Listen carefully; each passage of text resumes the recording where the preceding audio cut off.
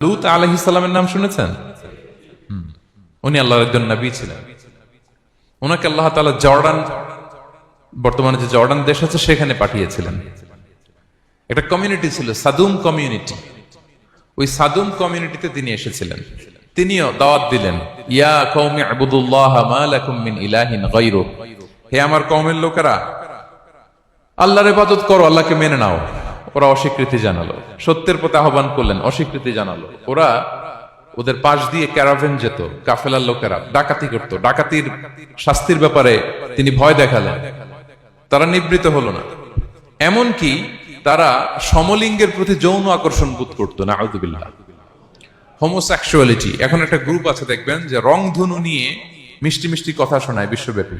তাদের সাইন হচ্ছে রংধনু, রেইনবো। তারা ছেলেতে ছেলেতে বিয়ে, মেয়েতে মেয়েতে বিয়ে, এটাকে প্রমোট করে। নাউযুবিল্লাহ মিন যালিক।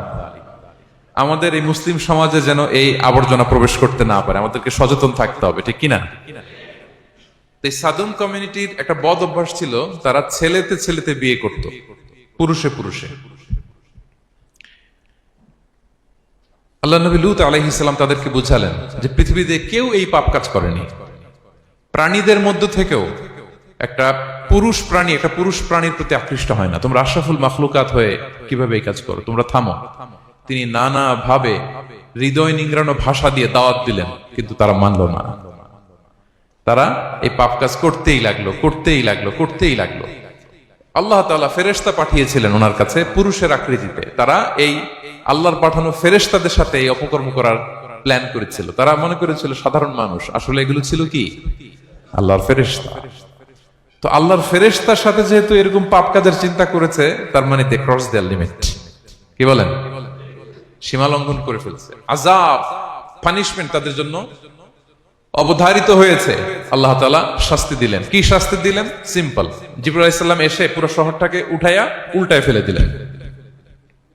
আল জাযাউ মিন জিনসিল আমাল, যে যেরকম পাপ করে তার শাস্তি এরকম। ওরাও স্বাভাবিক মানুষের যে নেচার, এটার উল্টায় ফেলছে। কি বলেন?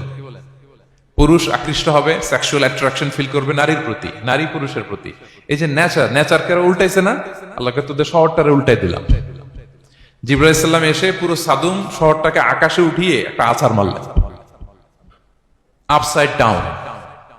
উপরের অংশ চলে গেল নিচে, সব মাটির অতল গহ্বরে। ফাজআলনা আলিয়াহা সাফিলাহা ওয়া আমতারনা আলাইহিম মিন সিজারাতিন মিন সিজিলিম মানদুদ। আল্লাহ বললেন, উপরের অংশ নিচে নিয়ে নিলাম, পুরো শহরটারে উল্টে দিলাম, আর পাথর বৃষ্টি বর্ষণ করলাম, সব শেষ। ওই জায়গাটা আজও আছে, ওইটা জর্ডান এবং ইসরায়েলের সীমান্তে। এটাকে এখন বলে মৃত সাগর, আল বাহরুল মাইয়িত আরবিতে, ইংরেজিতে বলে ডেড সি। কি সি?